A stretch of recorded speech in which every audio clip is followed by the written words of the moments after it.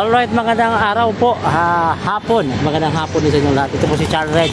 Nandito po tayo ngayon sa Divisoria, which is katabi na po natin ng Pure Gold Divisoria at 168 Shopping Mall. So, nandito tayo sa may gitna, sa may footbridge.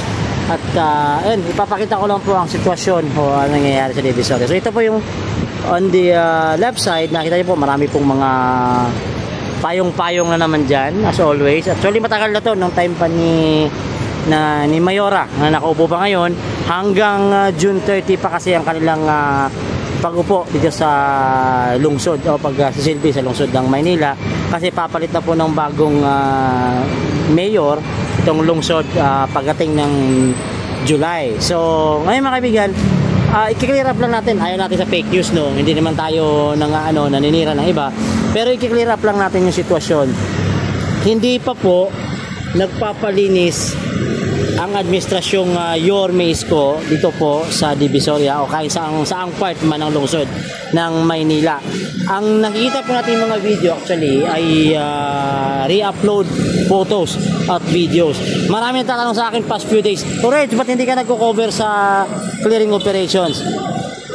So dahil hindi ako nagko-cover dahil wala po talagang clearing operations at wala pang ninumang nag-iikot na nagko-cover na kasama mismo ang mga kawani sa lungsod o ang mga, for example, yung DPS, hawkers, wala pa pong nakakasama doon na ngayon ay nag-iikot pa rin o nagpa-flashing na kita. Nalilinis naman to, pero not same doon sa ginagawa ni Yorme na inaayos itong paglilinis. Kasi doon po sa dulo, doon sa may dulo, papuntang kabaan ng rekto, makapal po ang mga putik dyan, especially pag nauulan. So papakita ko po mamaya, maglalakad ho kami, magkasama po ako dito at maglalakad ho kami kung ano pong sitwasyon dito sa Divisoria. Kung anong nakita nyo, ito na po sa ganitong oras at ganito po nangyayari araw-araw. So kahit pa paano nabawasan na rin yung mga paninda rito o dahil medyo maaga pa, baka mamaya-maya pagdating ng alas 5, mas dadami pa to. So ngayon maglalakad ako, ipapakita ko lang sa inyo kung ano po yung mga sitwasyon ho rito. Sa nakita nyo, yan, mga naka-parking dyan. Dati wala ho yan. Yung mga ganyan, wala pong parking dyan. Ito yung mga paninda na yan, yung mga kubol-kubol na yan, yung mga payong-payong na yan dahil sa tulay na yan. Especially noong time ni Yorme, wala ho yan. Pero nung time po ni Mayora, ganyan na ho. At dahan-dahan nung bumalik at kakaiba. At nagkakaroon talaga ng traffic dito, sobrang traffic na rito. Kasi yun nga, mas marami pang parking space dyan sa dadaanan. So, ngayon, ikot tayo, tapakita ko sa inyo. Halos itong part na to, hindi mo makitaan ng tindahan to. Mas malinis to dati.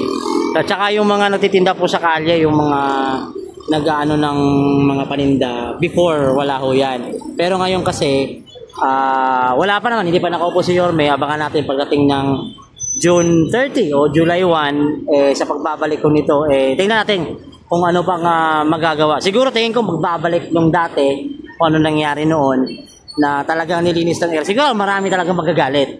Let's talk honestly na lang. Maraming magagalit, maraming hindi magugustuhan ang mangyayari, pero ito'y kapakanan po ng panlahatan. So ayan, nandiyan din po yung mga taga-DPS natin. Naglilinis naman yung mga taga-DPS natin.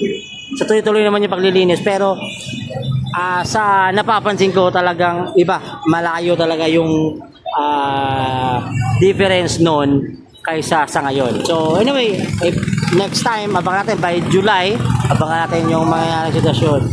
Ayan, so ito po, ayan, mas sa baba, nakita nyo po, may mga tindahan na po dyan. At saka nakagiging parking, marami na pong parking. So anyway, ikot tayo mga kaibigan, doon tayo sa mga kabila, lakarin natin hanggang doon sa dulo. Tatanong tayo kung ano ba ang in-expect ng tao na mangyayari sa Divisoria sa pagdating ng administrasyong Yorme Isko Moreno de Bacoso.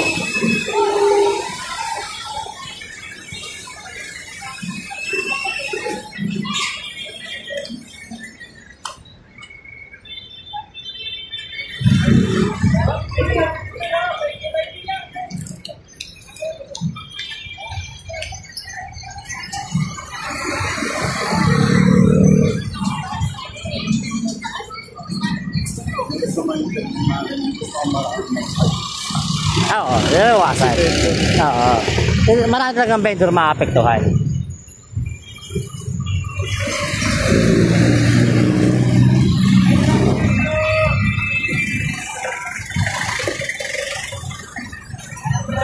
Hi DPS.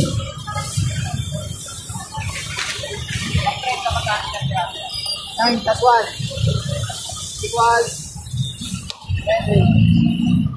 Masarap talaga ng Amos Divisoria, no? Yung mga lutong ganun. Alam mo yung iba talaga ang timpla ng street foods. Dapat ito yung bituka mo rito, matibay. So, itong kahabaan na to is Recto Avenue to. Actually, mahaba ang Recto, no?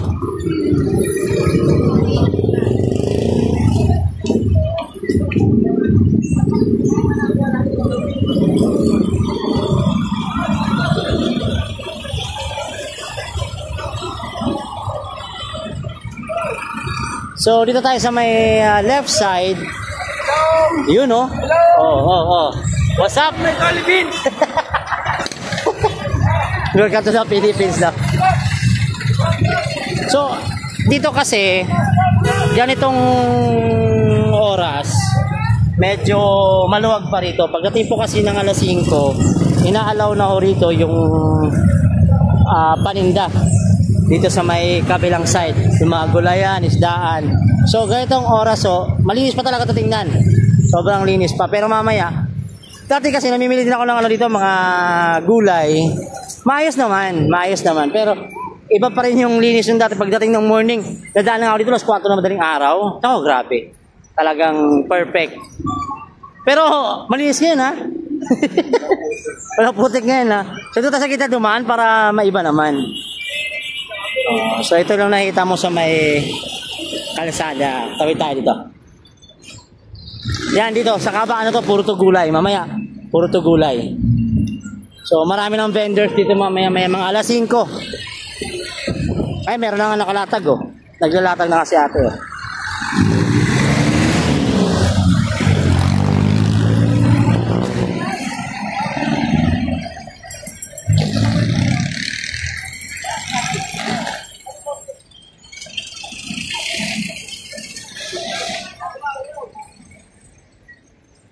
Grabe, sige pa dyan, no?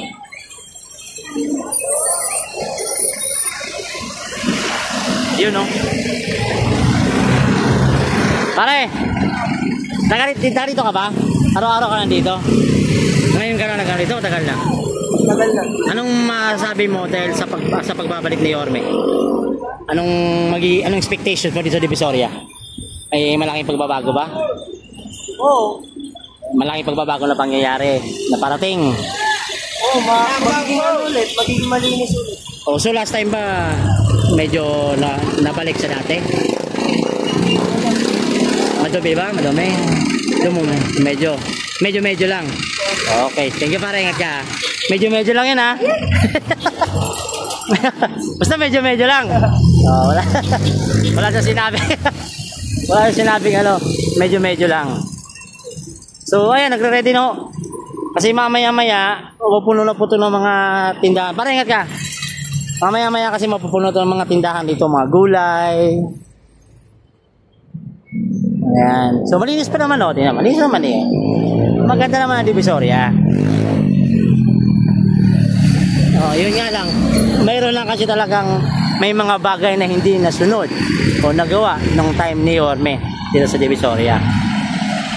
May mga, kumbaga, merong na-modify. Ayan. So, ito na yung kahabaan ng, Ilaya.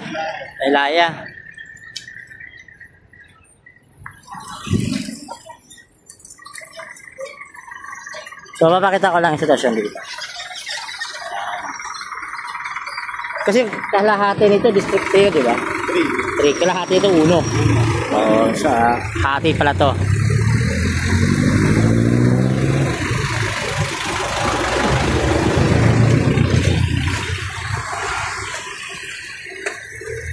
Sa dati yung titinda.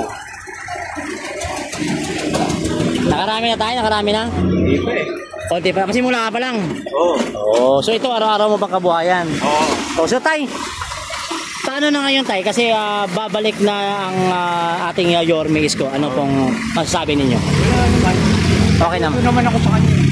Apo, bulat ka po. Doon ako, konsyel pa lang yan. So, ano po bang pinagbago nung nawala siya at saka nung nakaupo pa siya? Ang mga pinagbago lang naman yung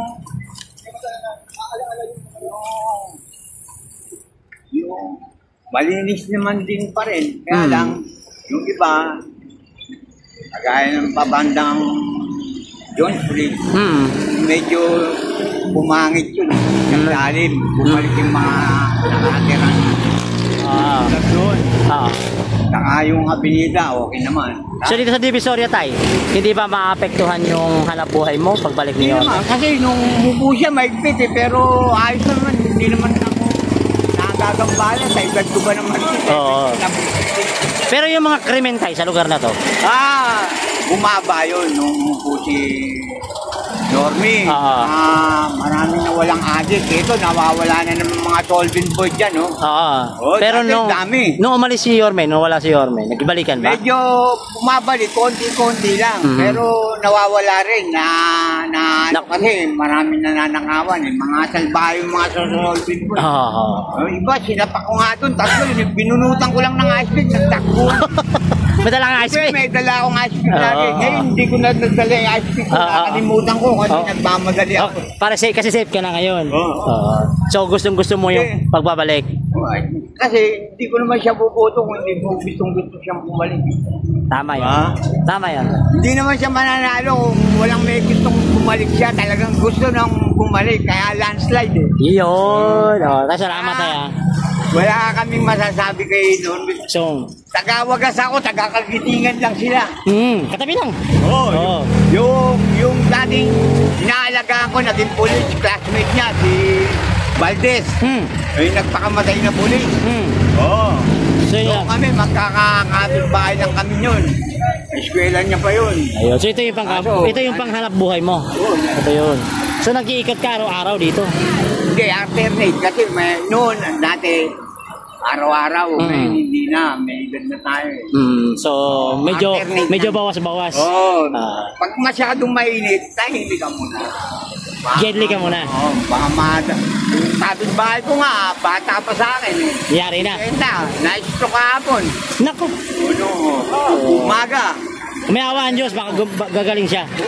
Wala, ganun na eh. So tayo, nice to meet you. Pangalan niyo po? Buboy.